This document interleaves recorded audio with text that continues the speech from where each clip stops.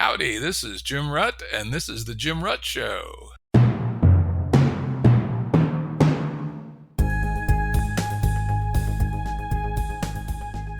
This is a Currents episode. Currents are shorter and less heavily produced than our full-length episodes and generally focus on a single topic. As always, links to books, articles, and organizations mentioned are available on the episode page at jimruttshow.com. That's jimruttshow.com. Today's guest is Panos Siozos. Panos is the CEO and co-founder of LearnWorlds. That's a leading platform for creating online education.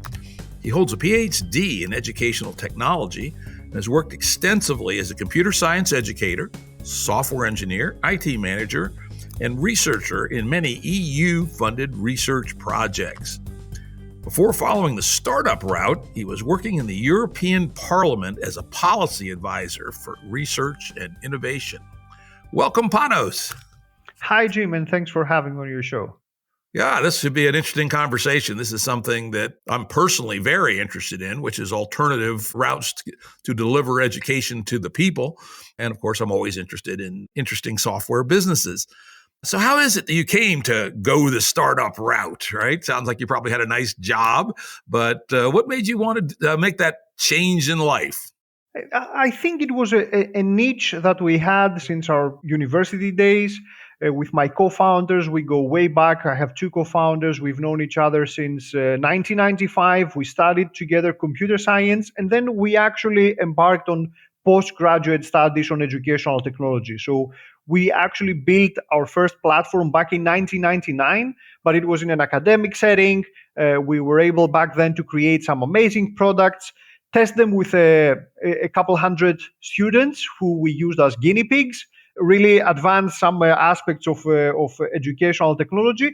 But we never, because all these things were happening in an academic setting, we didn't have any huge impact. Like we didn't have many thousands of users to actually use our products. And this is where, after completing our PhD studies, after doing different kinds of works, we always had this itch to go back to the roots and actually employ the state of the art of e-learning to improve education and give an amazing platform at the hands of actual trainers that are out there and are craving these kinds of amazing user experiences.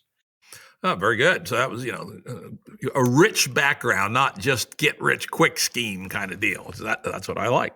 Definitely not. And when we started, I have to say that we were more scientists than entrepreneurs. We didn't know how to build how to build a startup or how to focus on marketing or sales or stuff like that. But we were amazing at creating an amazing product. So this is what we did first, and gradually, through our customers, we also learned how to become good businessmen and promote our platform. Yeah, not at all uncommon. I was the same way. I started out as a product guy and was fairly naive in my startups on how to sell. But one, I had some good co-founders who knew more about that, and over time I learned. So let's focus on the need from the end learner. We'll talk about your customer, who isn't the end learner, but let's start with where the fundamental demand comes from. Why is adult lifetime learning so important right now?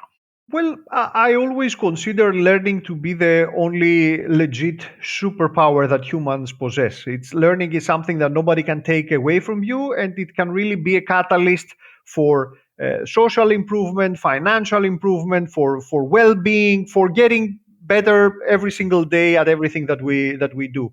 And we see that increasingly traditional education cannot keep up with the needs of today's people, of today's skilled workers, of today's students even. And especially with the millennials and the younger generation, you see that people are used to having amazing, slick digital experiences with their mobile devices and their tablet devices and their gaming devices. And then in some cases, when they try to use e-learning, they end up getting thrown a PDF or something of 100 pages, and somebody says, okay, you got a PDF, you have been trained via e-learning, which is not actually how we are used to learning in our everyday lives. I remember 20, 30 years ago, experts were saying that in our lifetimes, we might have to change careers like 6 to 7 times. I think with in today's situation, in today's economy, we would be lucky if we change careers one every couple of years. Everything moves so fast. Knowledge is getting obsolete so fast. So we need to keep learning, and we need to keep learning both for improving our situation in the job market, but also as persons. This is one of the best ways to improve our situation in every respect. Sort of roughly, where do you see the demand pull from the end learner with respect to, let's say, two categories? One, job related, and then the second, personal development related. I would say it's about 50-50 in what we see. Always anything that has to do with jobs attracts more focus, and usually the courses in these kinds of topics are more expensive. Let's say people are willing to invest top dollar in something that can improve their situation and help them get a better job or get a raise or a promotion. But also people increasingly, and we've seen that to be catalyzed also by COVID, people increasingly invest in their well-being, becoming a better parent, a better spouse, a better gardener, invest in your hobbies, things that help us stay sane and safe, and help us improve in what we do. And also, Jim, something else that we are seeing is that increasingly there's a bigger overlap between skills and hobbies.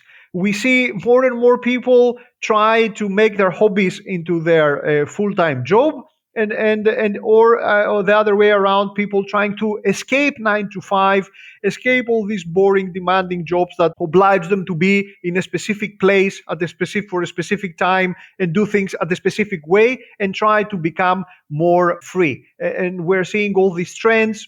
All these things were also visible before COVID, but have been massively catalyzed by COVID, like escaping 9 to 5, digital nomads, going back, to a nice place outside of a city and be able to work remotely on my own side projects or the things that really fulfill me as a person. Yeah, certainly we're seeing that trend here, in our rural area where I live. People moving here who would never have moved here 10 years ago, because at least if they're on the roads that have decent internet, which isn't all of them, the opportunity to work remotely is quite real these days, and that may require some skill upgrading, and platforms like these could be very good. But now let's flip to the other side, which is your actual customer, which is the people who are creating courses and curriculum and even schools, as I understand it. And I imagine some of those are digital nomads who, as part of their livelihood, are using their ability to create educational materials. Maybe talk a little bit about that. That's a little bit wider. Let's say, who are your customers, with various classes?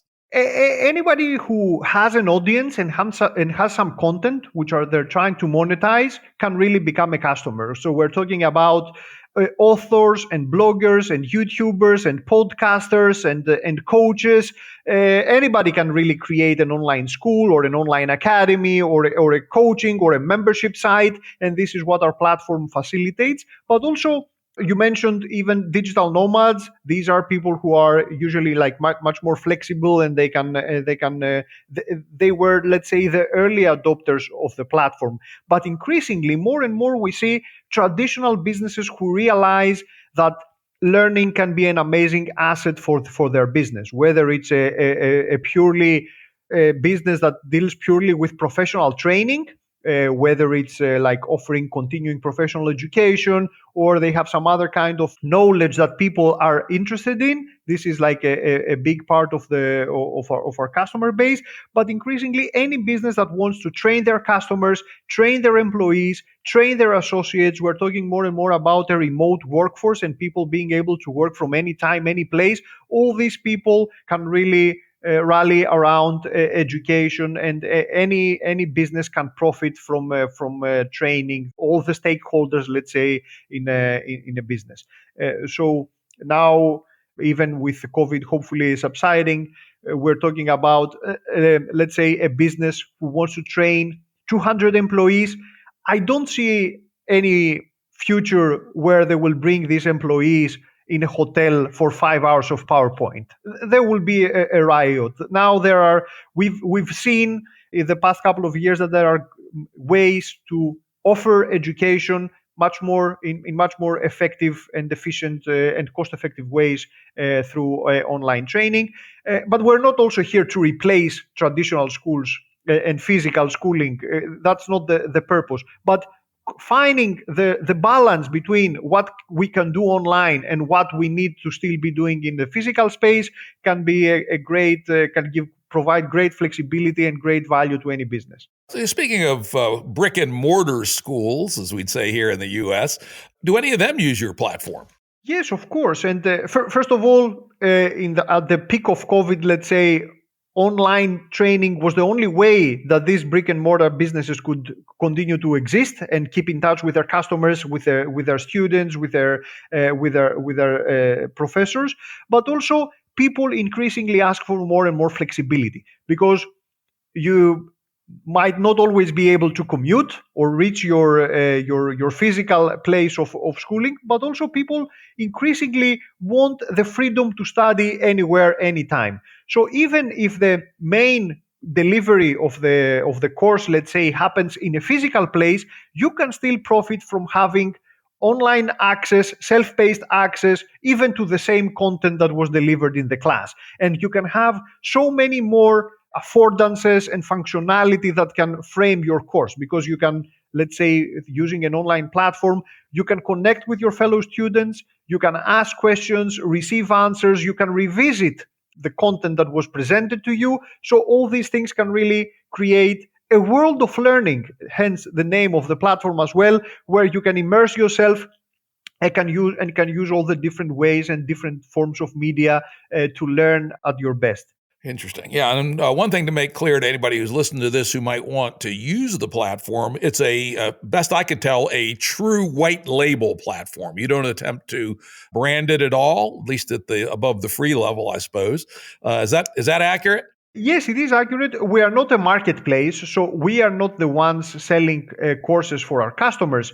We are a white label platform, which means that anybody can go in and create their own online school, and they get to keep 100% of the profits, and also they control their own audience and control their own content. So you can just go in and create the gymrat.com online school, upload your content, sell your content from there, and you get to keep 100% of the profits. And you do provide mechanisms for monetization, so credit card clearing, PayPal, etc.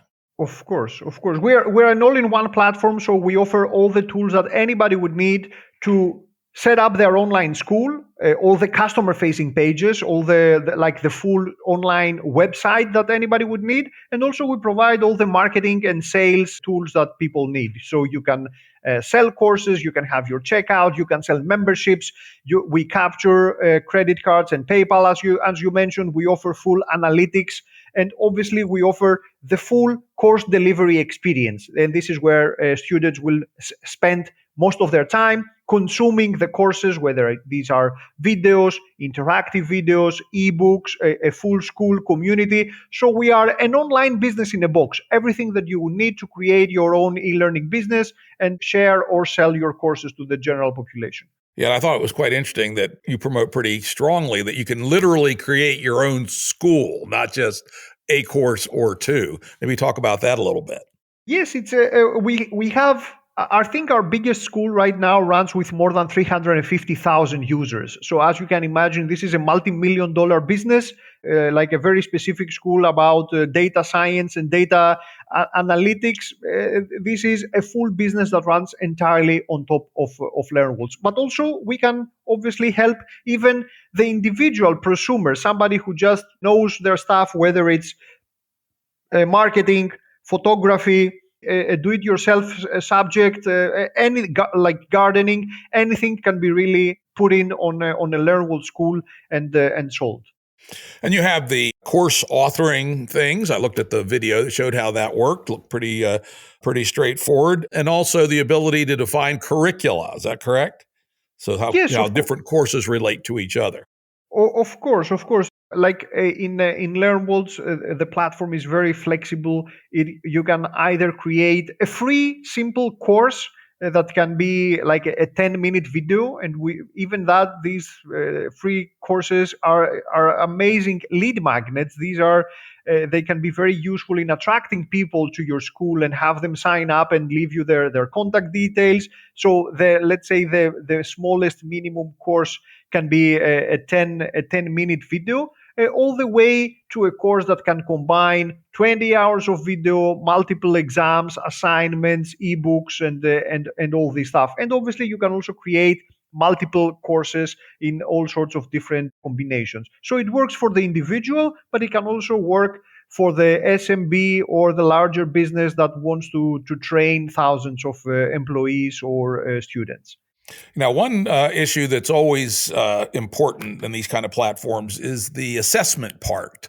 Why don't you talk a little bit about what you guys offer with respect to testing and assessments? This is a subject very much to my heart because my PhD was on computer-assisted assessment. So this is a part that really, as you mentioned, is very important for customers, and they always ask for more.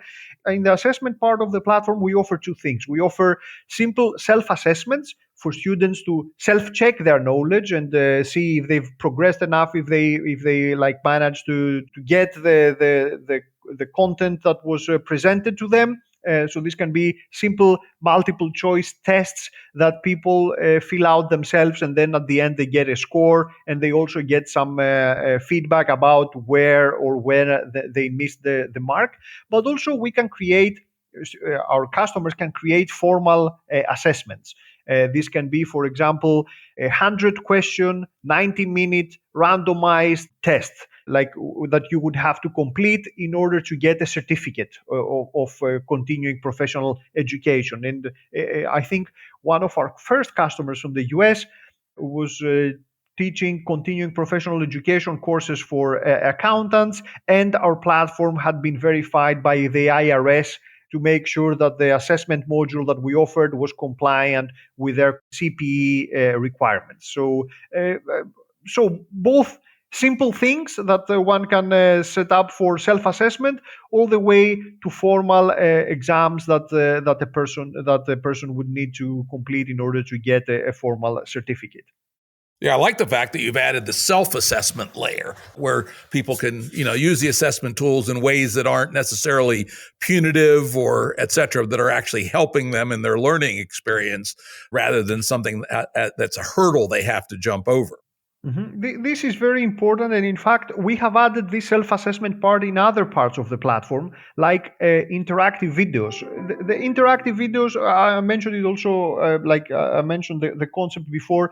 This is a unique feature of LearnWorlds where you can just upload a simple, linear, and in some cases even boring video, like that you shot yourself perhaps with a mobile phone, and within the platform, without the requirement for any external expensive software or any unique expertise, you can just convert this video into an interactive experience. And one of the ways to do that is to add quizzes on top of the video. So the video can play, and then at some point it stops, a question pops up, and you have to answer this question. And based on your answer, you don't get punished, as you mentioned, but you get some useful feedback, or you can even advance forward or backward in the video to get to the place where this concept was explained, let's say. So we know this is where our educational technology background comes into play, and our pedagogical, expertise.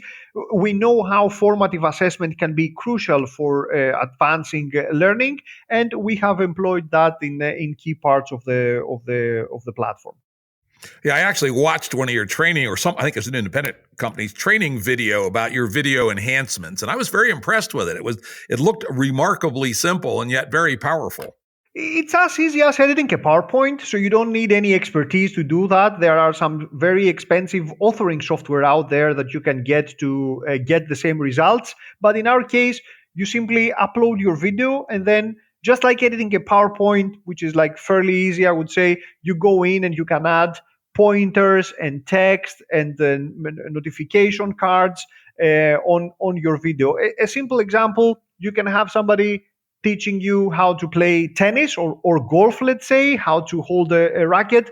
So you can put frame, pause the video, put pointers and frames to show how you actually hold the racket or the club or anything else, and also offer assistive text and guide you through this process. So a simple video that you shot yourself can really become a very interactive and engaging experience, which, as you can imagine, is very captivating also for the students. So at the end, you have happy students who have engaged with the content and are willing to purchase more courses from you. This is what we're trying to create. Learning cannot be passive. With this kind of interactivity and engagement and questions, you keep people engaged. Attention, the short attention span is one of the major problems that everybody is facing today. So with the right instructional tools, we're trying to make all the courses very much engaging and captivating, so that people spend more time, they're happy with what they've learned, and they become happy repeat customers. Very interesting. Now, that short attention span business I'm hearing about, I'm an old school boomer, so for me, 45 minutes is okay, but that may not be the case today. What are you finding? Presumably you have metrics on this. What are typical lengths of bits of video content on your platform? Mm-hmm. It's, as you say, not every generation treats videos the same way, or treats has the same attention span. Increasingly now we see that people cannot really engage with videos that are longer than 10 or 12 minutes. So sometimes we have some amazing trainers that come to us. They are trying to launch their first online course. They have years and years of training, and the first thing that they are trying to do is to get their usual lecture PowerPoint and try to record a 45-minute video to upload to the platform. And we say that, okay, this doesn't really work. First of all, it's very difficult for you to produce, because you have to edit a 45-minute video. Otherwise, it will have lots of gaps in there and things that are not very, very polished. But our analytics and lots of research shows that people cannot really view a kind of video like that and still be present after 10 or 12 minutes. So what we say to our trainers is to create short videos, multiple videos, like you can shoot one after the other, but keep them short and sweet, between 3 and 8 minutes, each one covering a single concept, and then you can just put one after the other. And this way, it's much easier to produce your content, and it's also much easier to update or replace your content, because you don't need to replace the entire 45-minute video or edit it. You can just go in and add an extra concept or replace one of the videos that you shot there. And in this case, we see that students, they might end up spending 45 minutes, like one after the other, watching the videos one after the other, but it's not just one video. They realize they just click the first and then the next and the next, and they have a sense of progression, that they're doing actually something, and that they're not watching like an interminable video like it was TV. Yeah, good guidance for those who want to reach today's learner. Something else you mentioned I'd like to revisit and get into maybe in little depth, and that is certification.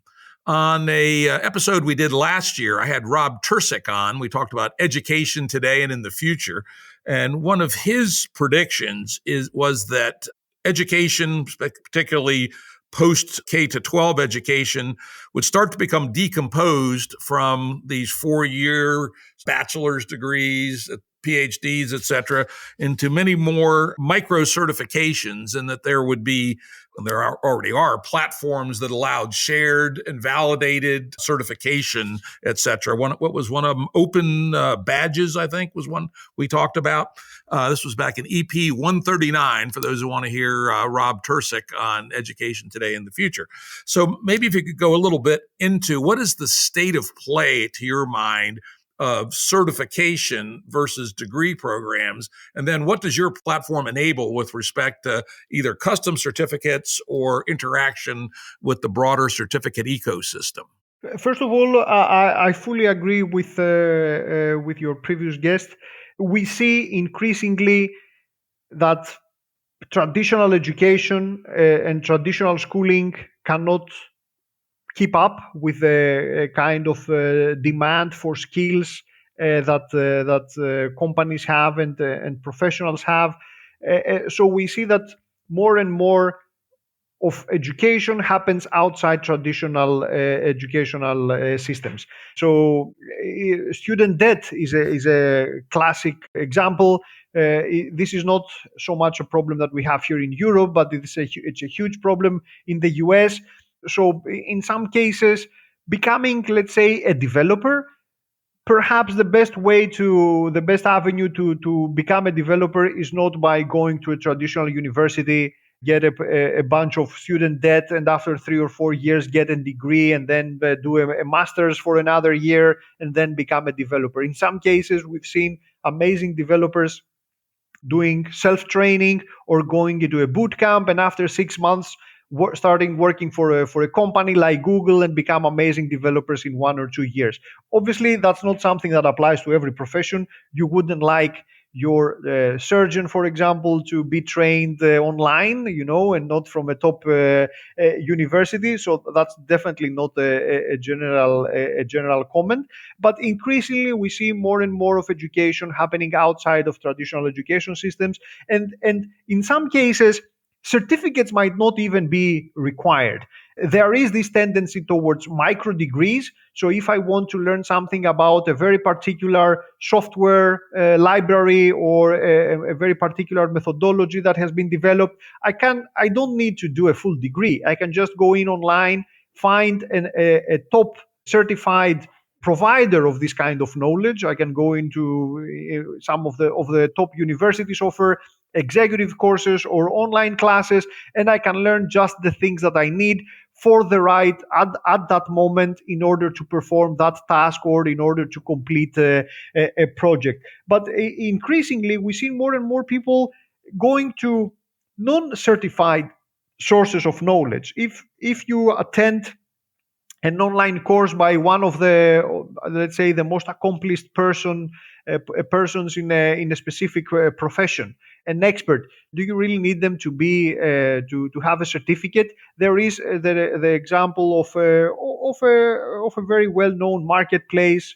like Masterclass, where you have some of the top professionals in lots of different arts and even sports, to where they are doing their classes. Let's say how to play basketball, taught by Stephen Curry.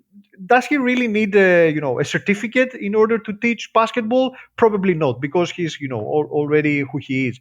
So there is definitely this tendency.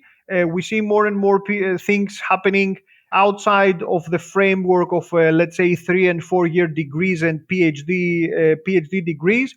More and more people trying to learn just the things that they need at the point where they are at their careers. And this can be a 1 month course that teaches them something very, very specific and gives them a certificate with which they can prove to their employer that they have this piece of knowledge. But also increasingly, we see people just getting the knowledge and being able to prove that knowledge without the certificate by performing actually and being able to complete that task. And all these things are something that we can facilitate with the platform. We have like a simple software mechanism to create your own certificates within the platform. You can upload your own templates. You can even combine these templates with formal assignments, as we mentioned before. So in the case that you offer a course that is certified by a certain certifying body, in the US, this can be a state certifier, a state board, or something like that, whether it's about cybersecurity, accounting, software, or something else.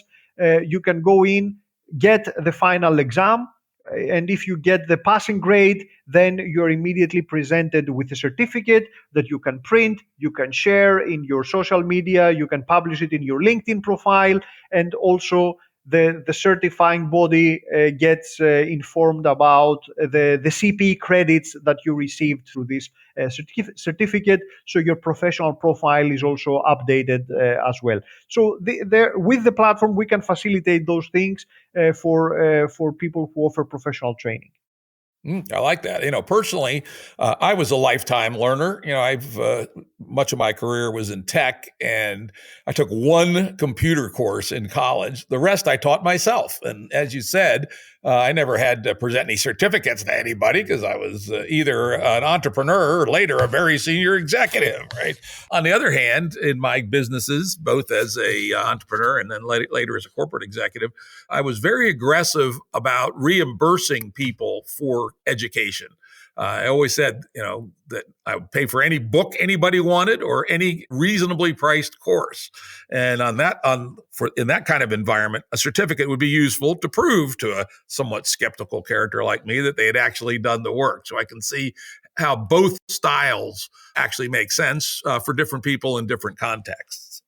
It's absolutely correct. As you say, in a professional setting, it makes sense to have the certificate, even tie this certificate to a specific exam, or even a board approval, like a proper professional approval for being able to offer these kinds of certificates. But we're also seeing the other end. Even in a very soft subject, let's say something that is just a hobby, people still love their certificates. We've seen that, even if it's a simple photography course or a knitting course or gardening, whatever, people love to get this sense of accomplishment that they have achieved something. They get a certificate. Perhaps they will not put it up in their walls, but still they like this token of accomplishing something. Yeah, it makes sense for you to be flexible. Now, when people hear online education, one of the negatives that comes to mind is it's kind of linear, just do this, then do this, then do that, and not much in the way of interaction with either a teacher or with the rest of the learners. Looking at your website, it looks like you do have some social features, the ability to incorporate Zooms, et cetera. Why don't you talk about the nonlinear aspects of what can happen in the environment? Mm-hmm. This is a great observation. Definitely, learning is not linear. There isn't a single way to approach a body of knowledge. There are multiple entry ways and multiple paths, and even the same kind of knowledge should be presented in multiple forms, like multiple media, multiple representations, in order to be effective. And definitely, learning doesn't happen in isolation. It's a team sport, and this is where an amazing, charismatic teacher can help. This is where fellow students will help people who are passionate about the same subject. They are at the same level or a bit ahead or a bit behind, but they still are trying to tackle the same problems that you are facing as you go through this subject. We really believe that this is a team sport.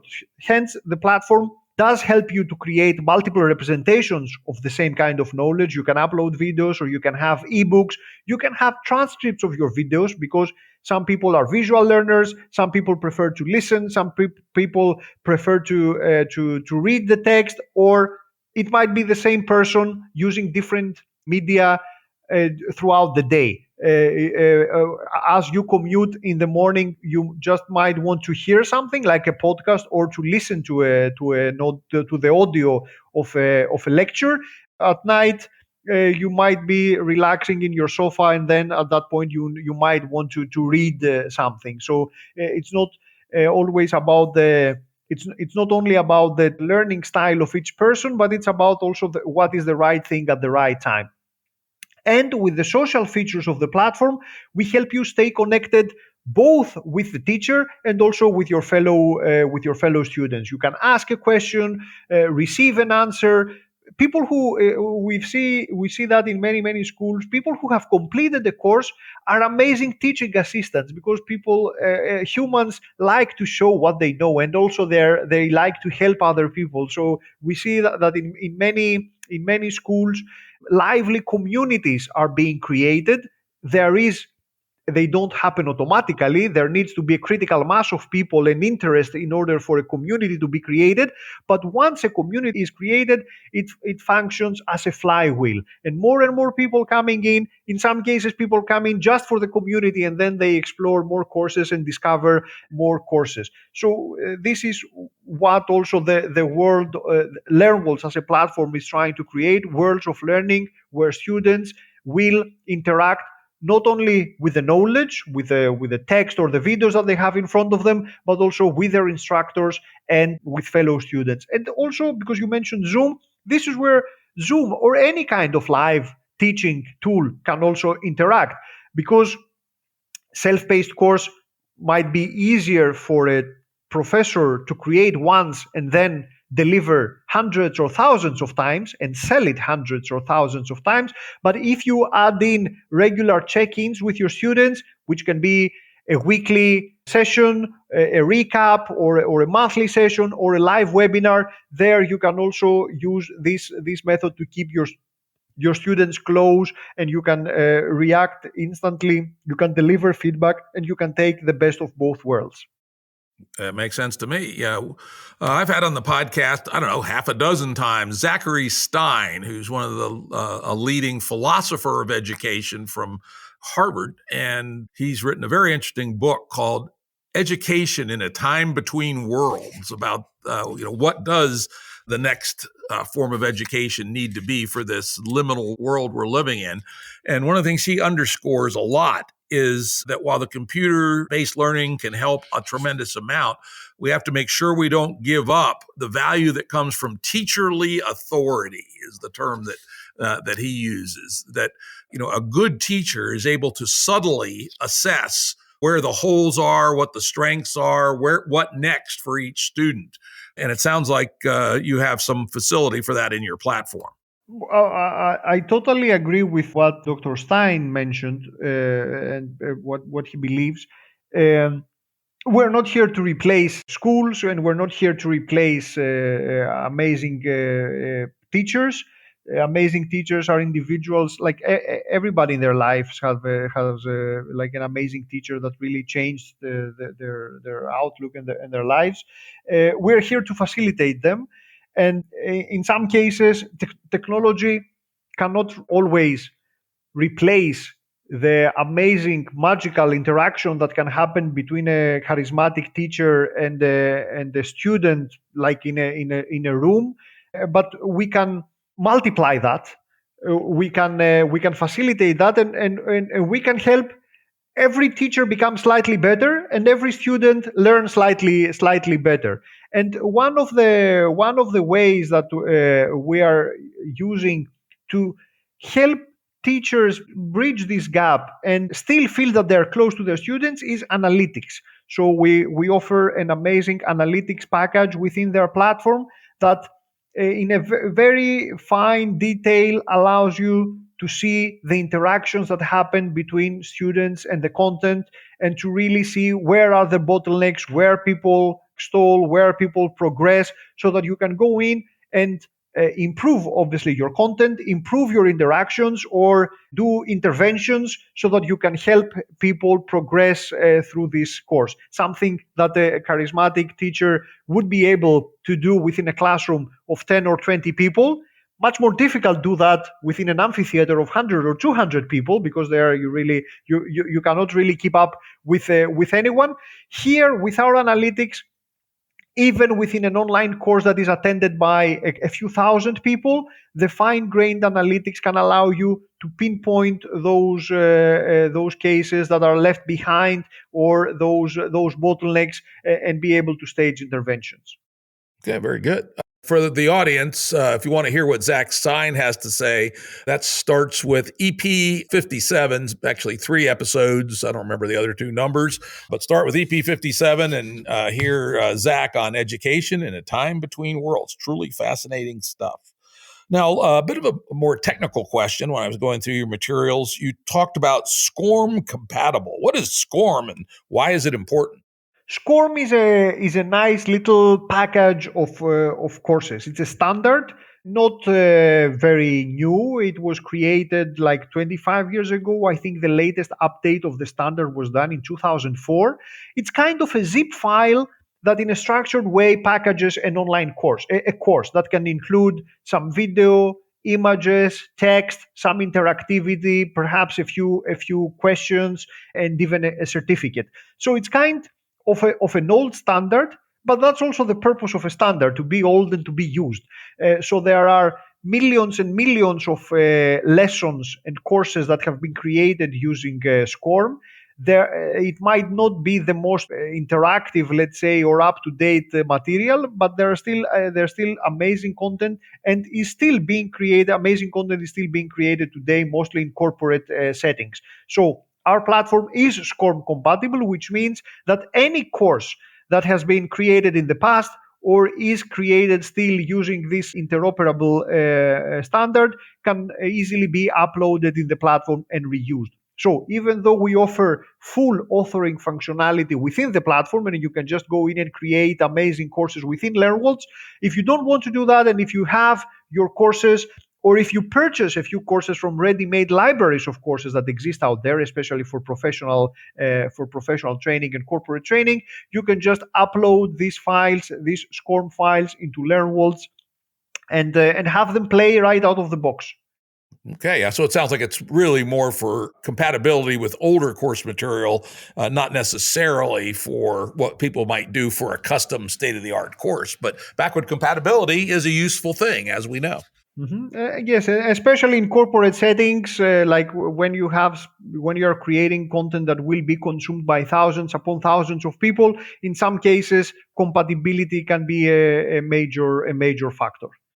All righty. Well, Panos, this has been an incredibly interesting conversation. I will have to admit, I was doing my research yesterday afternoon and early this morning, and I was starting to think, I wonder how some of the projects and organizations I'm involved with could use something like this. So I'm going to actually try to assemble a few people from one of my projects to take a look at your platform and see if there might be an interesting way for us to deliver content to our communities. So, it did engage me. I like the mix of power with reasonable ease of use. And as you know, as a designer, it's hard to get that balance right. It's not easy to get it right. This is what we're trying to do, even though we have all this ed tech background and all these lofty ideas about what the state of the art of e-learning should be. We're also very practical, and we're trying to offer a very valuable tool at the hands of anyone, not only educators, but every business today can benefit from online training, whether it's training your customers, your associates, your resellers, your remote sales team, your I don't know, the people you have around you, your affiliates. Anybody can benefit from learning. And also, we truly believe that education can be an amazing form of marketing, a very effective form of marketing, even the best form of marketing for every business. So if anybody has questions about how they can use a platform like that, or how they can use education to benefit their existing business or complement their existing business, happy to help them and show them around the platform and give them some use cases that they might get ideas from. And you can check it out at LearnWorlds.com. Thank you, Panos, for a fascinating conversation. Thanks, Jim, for having me on your show. Audio production and editing by Andrew Blevins Productions. Music by Tom Muller at ModernSpaceMusic.com.